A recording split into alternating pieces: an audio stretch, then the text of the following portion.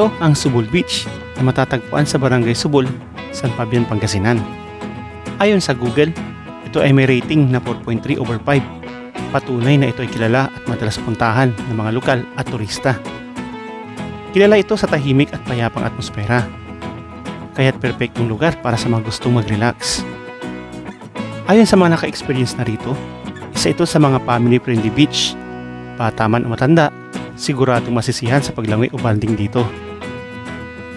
Kaya sa video ito, samahan nyo kami bisitahin ang Subol Beach. Magpapalipad tayo ng drone para makita kung gaano ito kaganda, gaano kalawak, at kung ano-ano ang mga pwede ma-experience dito. Kasama ang Team Gala. Tara, simulan na natin ang kwento.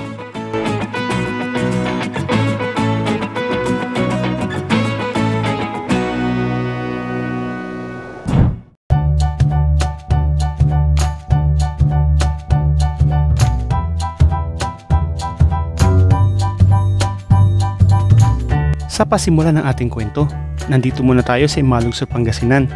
Inihintay ang membro ng Team Gala bago tumulak papuntang beach.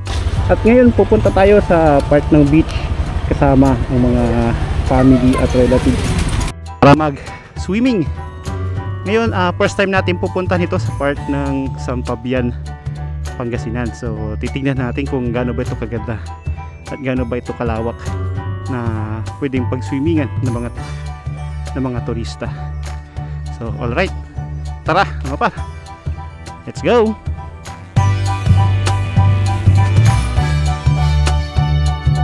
So sa araw din na ito, kasama natin ang ating OBR. Ito yung dito, OBR yun. Ayan, so ngayon tayo ay magsuswimming sa kainitan ng araw. Sana hindi umulan para makapalipad tayo ng drone. Okay, so tara mga par, let's go. Pero bago natin marating ang ating destinasyon, kailangan muna nating tawirin ang isang bundok pababa. At sa daanan pa lang, panalo na agad ang mga tanawin. Yan mga parot, yung mga aso, hinahabol niya kanyang amo. Hello.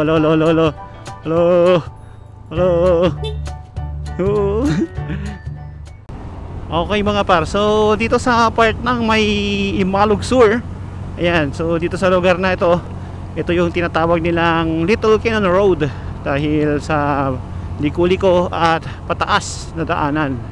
Pag nakikita nyo dyan sa may drone natin, ayan, so napakataas nito. Siguro abot to ng mga siguro 45 degrees kung pagdudugtungin natin yung paakit nya. Ayan, so hirap si Honda Click, hindi masyadong makaakyat dahil napakatarik itong daanan na ito. Okay, so dito sa part na ito, para itong antipolo, makikita mo yung buong lugar. Diyan sa ibaba ang Dagupan City, Binmalay at ang bayan ng San Fabian.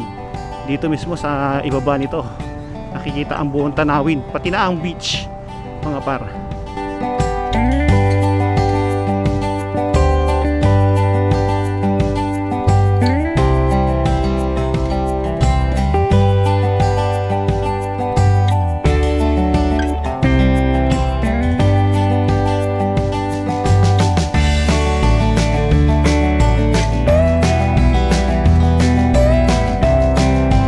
Tuloy-tuloy lang ang pagbiyahe pababa hanggang marating namin Pangasinan La Union Road. Sila wala pa, sila susundan natin eh.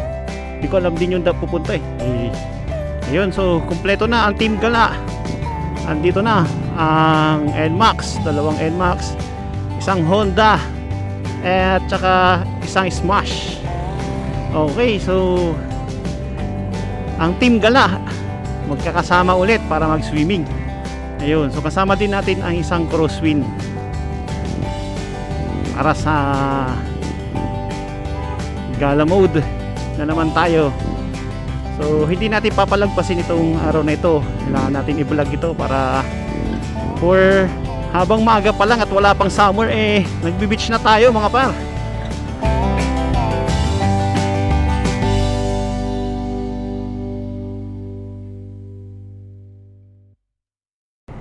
Ito ang tinatawag nilang chill ride. After ng syempre sa maulan-ulan na panahon, i-grab natin ng opportunity para makapag-beach naman at makaligo. Dahil hindi lang puro ulan, kailangan din naman natin ng araw. Magpapaitim tayo mga par. Okay, alright. Okay mga par, so dito din sa San Fabian nakikita ang mga delicacies nila. Nagbebenta sila ng mga tupig dito at saka mga nyog. Maliban sa mga beaches at saka mga delicacies na daing, ayan, so makakabili din kayo dito ng tubig. Ito ang pinagmamalaki din ng San Fabian. Pagdating sa kanto ng Tempragilig, dito lumiko ang grupo papasok ng Barangay Road.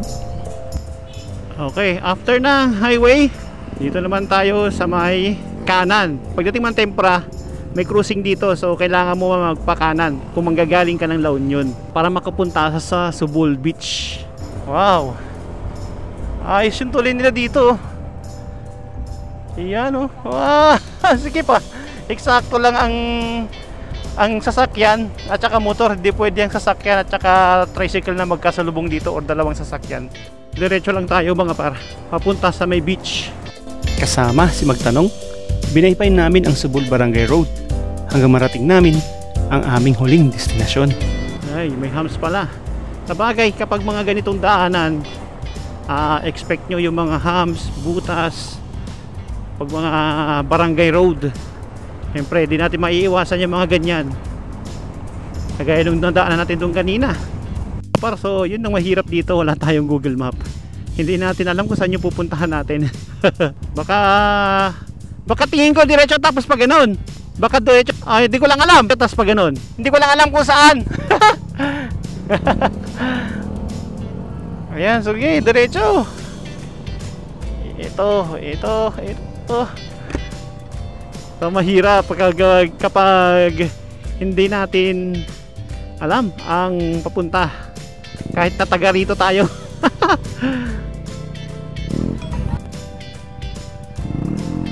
Okay, so tapos magpapakaliwa.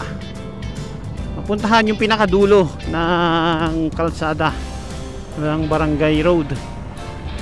Tapos dire-diretso ulit. Ayan, oops, may daanan dito, simpleng tulay for single vehicles. Tapos yan, pababa na ulit. Kaliwa. Ay, wala palang likuhan, so papasok talaga. And then pakanan ulit. At ito na ang beach. Wow. At sa wakas, panalo mga par. Narating din namin ang Subul Beach. Tahimik at napakagandang mga tanawin. Ngayon, dito lang pala eh. Ayan, alright. So, dito na tayo mga par. Ayan, so titignan natin kung gaano ba ito kaganda. Okay.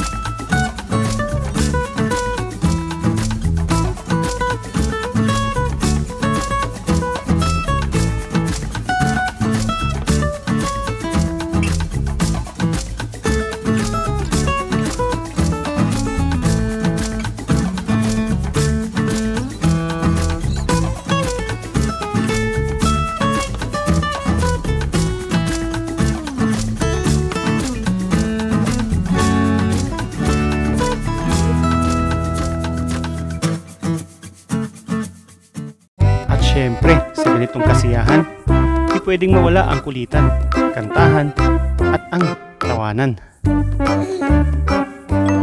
At syempre, yung mga matakaw sa crabs, ayan o. Oh.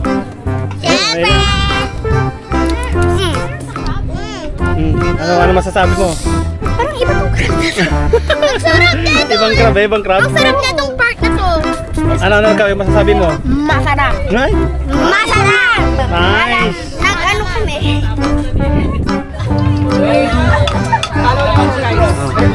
Shout out. Shout out. Yul Joyce. Ay, Yul Joyce ba?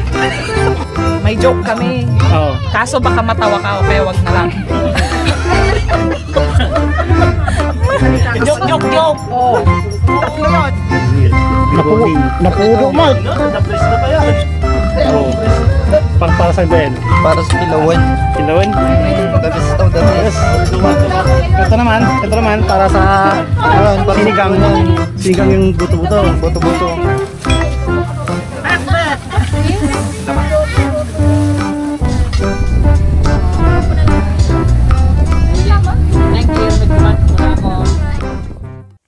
Isa na namang masayang kwento ang natapos mga par. Kahit sa maulang panahon, sinibukan pa rin natin gumala kasama ang pamilya at mga kaibigan. Kaya sa likod ng bawat halakhak at kwento, nariyan ang di mabilang na alaala na hatid ng mga sama-samang paglalakbay. Kaya kung naghahanap kayo ng simple pero relaxing na beach trip, check out Subul Beach.